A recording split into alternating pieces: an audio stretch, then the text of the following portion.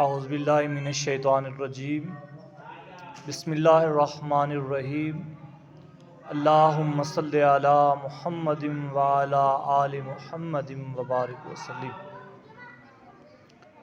توحید کیا ہے؟ توحید اللہ کی وحدانیت کا اقرار کرنا، اس کی ذات و صفات کا اقرار کرنا توحید کہلاتا ہے۔ اب یہ زمین، یہ آسمان اس مالک نے بنائے ہیں،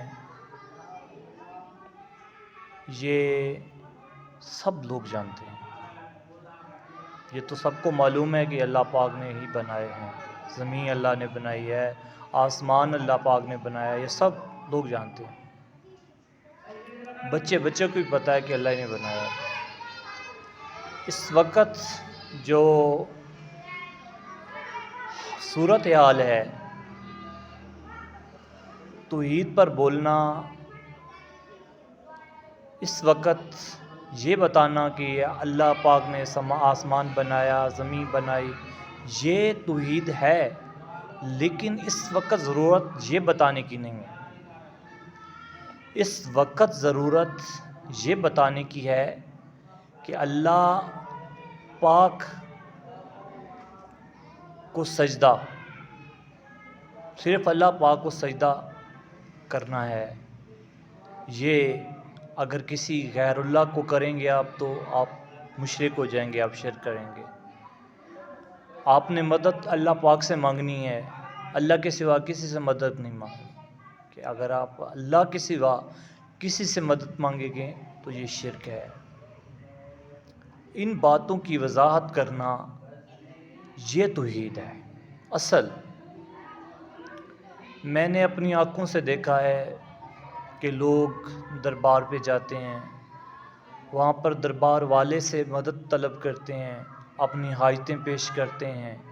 الحمدللہ میں خود ایک اہل سنت جماعت میں سے ہوں، میں اس دربار والوں کو مانتا ہوں، لیکن جس حد تک ان کی تعظیم اور ادب کرنا ہے اس حد تک مانتا ہوں، حد سے بڑھ کر نہیں مانتا۔ الحمدللہ حضور نصیر ملت پیر نصیر الدین نصیر شاہ صاحب کا میں مرید ہوں، تو اس لیے کسی بھی دربار کو سجدہ کرنا یہ شرعاً ناجائز ہے۔ آپ کسی کو سجدہ نہیں کر سکتے اللہ کے سوا، حتیٰ کہ آپ حضور نبی کریم صلی اللہ تعالیٰ علیہ وآلہ وسلم مدینہ شریف میں جا کر وہاں بھی آپ سجدہ نہیں کر سکتے۔ حضور نے اپنی زندگی میں منع فرمایا ہے، آپ سجدہ نہیں کر سکتے اللہ کے سوا۔ اور دوسرا نمبر، مدد کا تصرف، اللہ کے سوا آپ کسی سے مدد نہیں مانگ سکتے، کیونکہ حضور نبی کریم صلی اللہ تعالیٰ علیہ وآلہ وسلم کی زندگی ہمارے لیے بہترین نمونہ ہے۔ تو آپ کی زندگی، آپ کسی کتاب میں یہ ثابت نہیں ہے، کسی حدیث میں یہ ثابت نہیں ہے کہ آپ نے اللہ کو چھوڑ کر غیر اللہ سے مدد مانگی ہو، نہیں، بالکل نہیں ہے۔ آپ پر جب بھی مشکل آتی آپ اللہ کو پکارتے۔ صحابہ کرام کی زندگی آپ دیکھ لیں، کوئی صحابی، کسی صحابی سے یہ ثابت نہیں ہے کہ وہ اللہ کو چھوڑ کر کسی اور سے مانگے۔ آپ اہل بیت اطہار کی زندگی کو دیکھ لیں، آپ کو کسی جگہ یہ نہیں ملے گا کہ اللہ کو چھوڑ کر غیر اللہ سے مدد انہوں نے مانگی ہو۔ مدد کا تصرف یہ ہے وہ صرف اللہ کے ساتھ ہے، آپ غیر اللہ سے مدد نہیں مانگ سکتے۔ لوگ مزارات پر جاتے ہیں، وہاں جا کر اپنی حاجتیں پیش کرتے ہیں، جناب پیر صاحب ہمیں اولاد دیں۔ پیر اللہ نہیں ہے، آپ ان کا وسیلے سے اللہ سے مانگ سکتے ہیں، لیکن مانگنا اللہ سے ہے، کسی ولی سے نہیں مانگنا۔ ولی کے صدقے مانگ سکتے ہیں، اس کے وسیلے سے مانگ سکتے ہیں، حضور نبی کریم صلی اللہ تعالیٰ علیہ وآلہ وسلم کے وسیلے سے مانگ سکتے ہیں، لیکن مانگنا صرف اللہ سے، اللہ کے سوا غیر اللہ سے قطعاً نہیں مانگنا۔ تو اس چیز پر بحث کرنا اصل آج کل کے اہل علم جو ہیں ان کو چاہیے کہ وہ توحید پر بولیں اور اس موضوع پر بولیں، کیونکہ اس وقت کی جو ضرورت ہے وہ یہ ہے۔ اور باقی تو سب کو پتہ ہے، زمین بھی اللہ نے بنائی ہے، آسمان اللہ نے بنایا، یہ سب کو پتہ ہے. لیکن اس وقت ضرورت جس چیز کی ہے وہ یہ ہے کہ شرک سے بچائیں. اپنے عالم دین جتنے بھی ہیں، عالم دین سب کو یہی پیغام دینا چاہتا ہوں کہ ہمارا مسلک اہل سنت جماعت، اس کو برباد نہ کریں. یہ بہت بڑا مسلک ہے، اس میں کوئی خرابیاں نہیں تھی، لیکن بعض ایک ان پڑھ مولویوں کا جو ایک ٹولہ ہماری جماعت میں شامل ہوا ہے، تو انہوں نے آ کے بیڑا غرق کر دیا ہے.